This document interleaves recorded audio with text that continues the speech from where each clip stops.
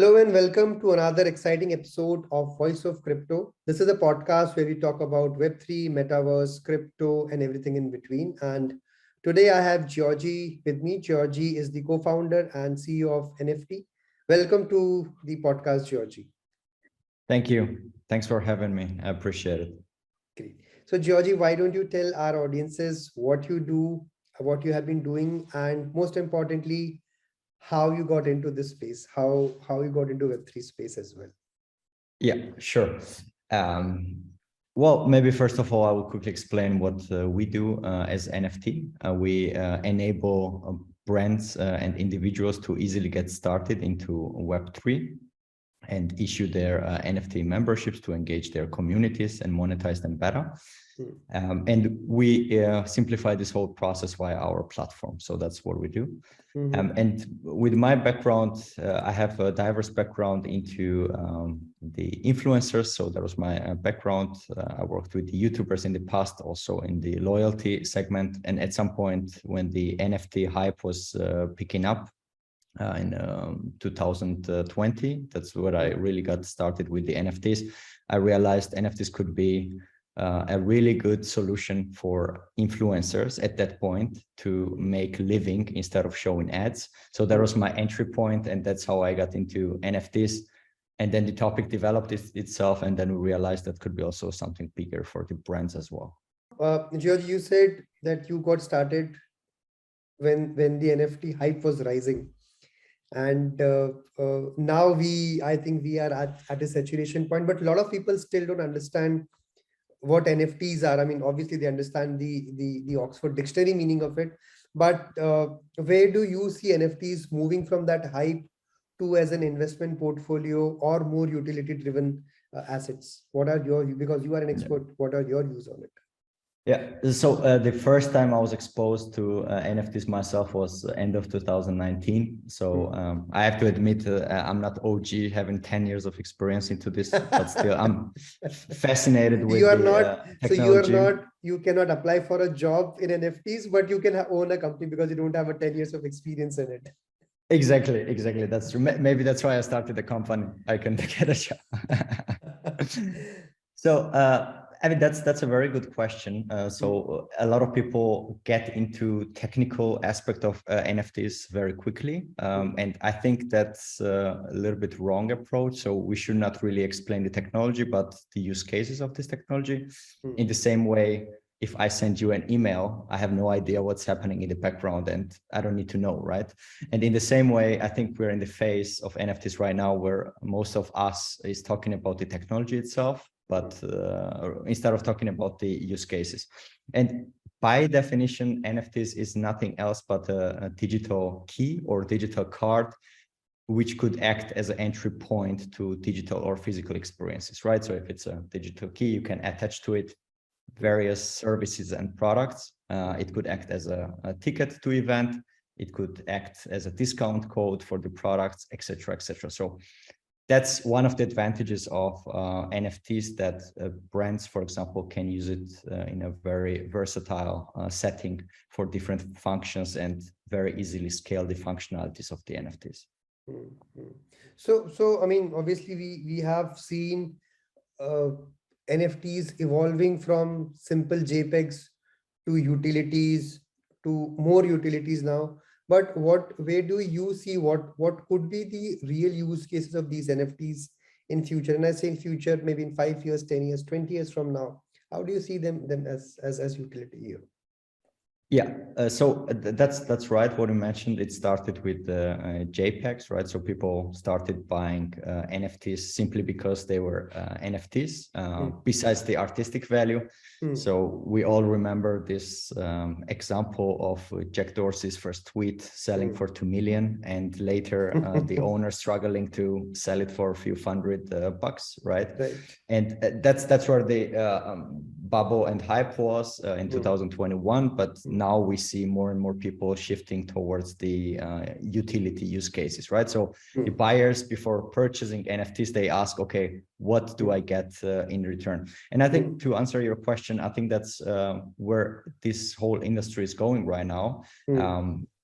several segments, some of them more actively than the others, are in the search of what kind of benefits they can provide to their communities in order to utilize the full power of the NFTs. And that could be, the benefits could depend on different verticals, right? So if it's a fashion industry, it could be digital wearable, or it could be a voucher that helps you redeem the product of the next collection, right? If we're talking about the sports, that could be meet and greet with the player. So I think at the moment we are more limited with our imagination of what we can do with NFTs and building the use cases rather than the technology. So I think a lot of brands need to think for their community what assets they already own, or what products and services they can provide in order to excite their communities. And the applications can be various, right? So we can be talking using NFTs also as loyalty memberships, right? One of the biggest use cases that we have right now on the market, the Starbucks is doing it, right? The Odyssey program. We heard now BMW also jumping on the train. So I think more and more such use cases will come up in the future. And we need to admit that we are still in the early phase. You know, there's still a lot of testing going on. Now, recently has been the launch of the Porsche NFTs, and some people loved it, some people criticized it. And, you know, I think you as a brand, you cannot fail. You either sell everything, and some people consider this as a win, right? Or you learn. And I think it was same for the Porsche's case. Yes, they didn't sell all the NFTs, but that was a key learning, because they realized, okay, maybe the benefits that we offered there was not right to our customer group, right?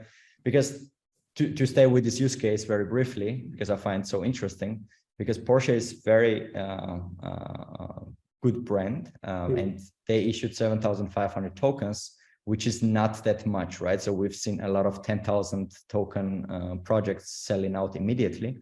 And I also had a closer look at the benefits that they provide, the exclusive events and meeting and greeting with the designers. I think the benefits were pretty cool. So I assume either the communication was not right, so these benefits were not brought properly to the people, or simply not enough Web2 people were activated, or they didn't understand properly why this was happening and why these NFTs were created, right? And to stay with the loyalty scheme that I mentioned, that could be one of the biggest use cases. I think in the future, we can expect that brands will move away from dropping NFTs in a window, right? Like Porsche did. So you have certain time and you need to mint it, otherwise you miss. And that creates a lot of immense pressure on the brand, because if you don't sell enough, you're a failure, right? But what if the brands shift towards having NFTs on the sale as an ongoing basis, right? So you buy NFTs and then you join the club, and then you can climb up the hierarchy of different benefits and different NFTs. And I'm speaking based on the experiences or feedback that we get from brands that we worked with, that usually doing this campaigning puts a lot of pressure on the brands, also resource-wise, but also that you need to perform, right? So I think a more sustainable way could be what you're trying to say is keep buying NFTs in a sustainable work on it. Exactly, more on an ongoing basis, that if I missed one drop, then I could join another one, right? So more as a ongoing entry ticket, and then within the ecosystem, I could climb up if I buy other NFTs or if I'm active, and etc., etc. So I think at least people, those who are real fans, should be excluded, and they should be able to join anytime, and then start their journey within, and then ascend to more exclusive NFTs, you know. Interesting. I think this is a really interesting approach, Giorgi, which you're talking about. So you spoke about Porsche. I mean, according to you, since you work with NFTs, you work with brands, which are some of the brands which are doing quite well?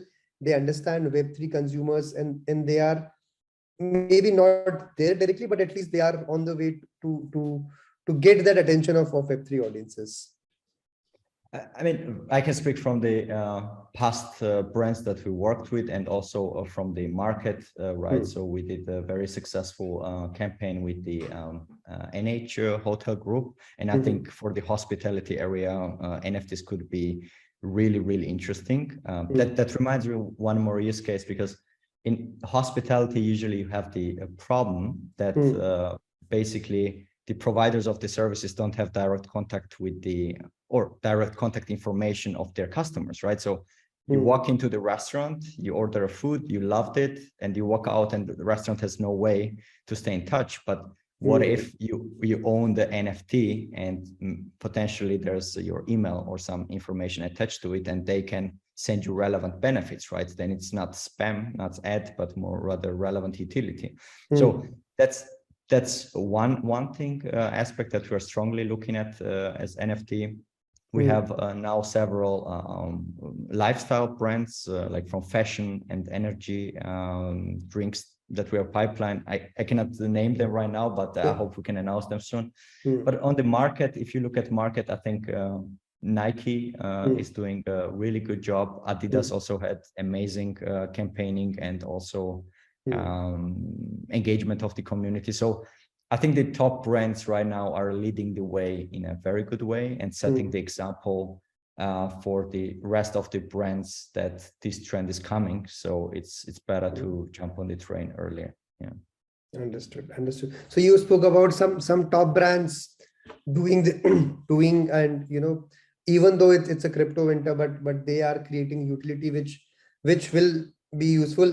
But my question to you, Giorgi, do you think credibility and probably the kind of trust which people have on an existing brand brings in a lot of value? For example, if I tomorrow launch a new set of NFTs with my name, obviously it will not have as big credibility as Nike, because they come with a legacy. But NFTs are something which are a new kind of technology. So what do you suggest from your understanding of this subculture of NFTs, of Web3 brands? If I'm a new brand, if I want to launch and if I want to get trust of people, how can I do that? Yeah, I mean, there are several approaches that a brand can utilize, right? So I think most of the brands, what they're trying to do right now is they want to appeal to Web3 degens, right? So that they want to sell the NFTs to them, which may be fans of the brand or not, right? But then we see if that's not the case and these people are not fans of the brand, then we see basically reselling the NFTs immediately on the secondary market because the main reason was to speculate, right? Right. And I personally believe that NFTs should rather serve as a long-term investment. So brands in the long term will win better if they start targeting as a first step their own community. So NFTs could help brands really activate the diehard fans within their community and then expand to other groups of people, right? Because you made a very valid point when you said, okay, you need the credibility, and that's absolutely true. So what is better than trying to start with the people who already have in their eyes, you already have credibility, right? And the only thing is you need to make a decision. So should I go easier route where I target people who already know what NFT is? I don't need to explain to them. Or do I start with and we are talking about the traditional brands, right? Or do I start explaining to my community why I'm doing this? What is this? What's their benefit? Of course, it's tedious process. Of course, it takes time, but it will pay off in the long term because then these people buy NFTs because they see real value, right? And I think that's also where the market will go in the long term. And that's what we as NFT trying to achieve with our product, to catch NFTs from the speculative value, right? So every NFT we create needs to have some kind of utility behind it, and that makes sure people get something in return. So you are not dependent on the market situation. To give you an example, right? If I bought NFT and that gives me a dinner with a celebrity that I admire, and next day Ethereum drops or soars, I think day, I don't care because I paid for the benefit that I get, right? So at the end of the day, if I get this benefit, I'm super happy, I'm super motivated and engaged. So I think that's the perspective a lot of brands need to take into consideration. And going back to the Porsche's use case, I also read their spokesperson also restated that they are investing into the long-term game, which is really good. And I think no brand will lose at this point if they start experimenting. Correct. And start iterating with their own community. Because again, that's something, if you position yourself correctly, you explain to your community, hey, this we're trying to bring innovation, and ask them their opinion, and that never hurts. Community will always feel appreciated. Correct. So No, I completely agree with you, is that these big brands will lose more if they don't try right now, rather than just, I mean, if they're just sitting on the fences saying that we will do it later, they will lose more and younger brands will move ahead. So I buy your point completely here. Yeah, exactly. I mean, that's the point. And the only problem now the rather smaller brands have, that's the lack of technical expertise, right? And also the cost barriers, which are pretty high if you want to develop your own solution. So that's where the Web3 market comes in, and we need to make sure that these brands have access to this technology in an easier way and make their entry as easy as possible and as low risk or no risk for the brand, so they can get started with this technology, because the interest is there. I'm talking with different brands, in different segments on daily basis, and the interest is there because we have crypto winter, right? Everybody says bad times, but at the same time, every month the new brand is joining, right? I saw today on a LinkedIn post about even Amazon now rumoring to do with NFTs. So that's what brands think. On the one hand, nobody wants to miss the train, right? It's nobody wanted to miss the internet. And on the other hand, you have to find easy ways to get started. And I think that will be the biggest challenge for the next months for the industry, how to onboard the brands easily. Because if you onboard brands, you automatically onboard their communities with them as well. Yeah. Absolutely. So Giorgi, what in a nutshell, what NFT is trying to solve? What is the problem which you guys are solving, and how are you doing it? Yeah, I already mentioned this partially in my previous comment. So if we stay with this problem of having no brands brands struggling with not having enough expertise in blockchain, and second, the entry costs, right? So that's exactly what we are solving. So we created a platform where brands can easily create NFTs, deploy them, and attach utility for their users.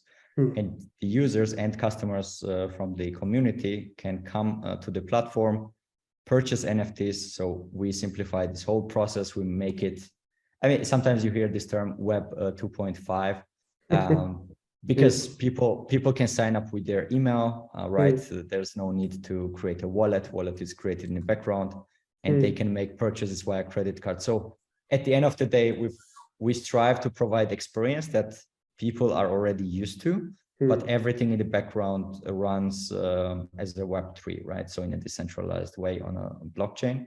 We are also on Polygon, by the way, like Starbucks. And that's the easy thing, that provide a no-code platform for brands to easily create this NFTs and memberships, if they will, attach utilities that will engage their community, and also for the community, make it easy to redeem these rewards and keep this party in a contact. So there's a two-way communication rather than what we see now on social media, which is more one-way communication, right? So you post something and people, comment and engage, but it's rather one way. And we strive to create this two-way communication to bring brands and communities together and help brands unlock this NFT potential. Absolutely great, Giorgi. So Giorgi, as we move ahead, what I want to understand, how you got this idea of creating NFT, and what was the seed behind this whole thought? Yeah, Thanks for asking this question. I'm always excited to tell about my roots. So me and my co-founder got started with the idea to help influencers, or in this case, more particularly YouTubers, to work with NFTs so they could create funds and not be dependent on the ads, right? Because at the end of the day, nobody likes ads. I've never seen a person who likes ads. And that's where we get started. We worked with several creators and artists, helped them monetize their content, which was in this case video. And then the feedback that we were getting was early on was, okay, I sold my NFT. What's the next step, right? So a lot of artists wanted to engage with their community and keep this channel open rather than one-off, right? And also with creators, it's important that they have their name on the line. So they were upfront saying, hey guys, I want to do something long-term, so community gets benefit in the long-term instead of one-off project. And that's where the utility aspect came in, that we need to extend it by then our MVP, the minimum viable product. And once we get started, then we got requests from the brands that they were having interest for the product. So we learned, oh, actually that could be bigger than just working with the influencers, right? And that's how we got started. And now basically we can facilitate the technology for both brands, but also individuals in different segments. Understood. So Giorgi, as we come to the end of our podcast, I will have two hypothetical questions for you. Question number one is if I give you a time machine and if you could go back 10 years back in time, what changes would you made in your own personal life or in the professional NFT space if it was still there? Or maybe you will say that you'll get 10 years of experience in NFT and then look for a job. So what changes would you do? I think I would learn more the technical aspect of the blockchain and so on. I do have little coding experience, not enough. I'm definitely not a tech guy. Luckily, I have a co-founder who does, but it still fascinates me. I think the technology is fascinating, and I'm one of those people who find it extraordinary. And of course, if I could create something with my own hands, I find this process extraordinary. So I think 10 years ago, if I had a chance to learn more about the blockchain and get into more detail, I would pick it up. By that time, unfortunately, I was busy with marketing and sales and so on. So, but yeah, sorry, I think did I miss your second question? No, I have not asked it. Okay, great. Yeah. It's coming. It's going to hit you now.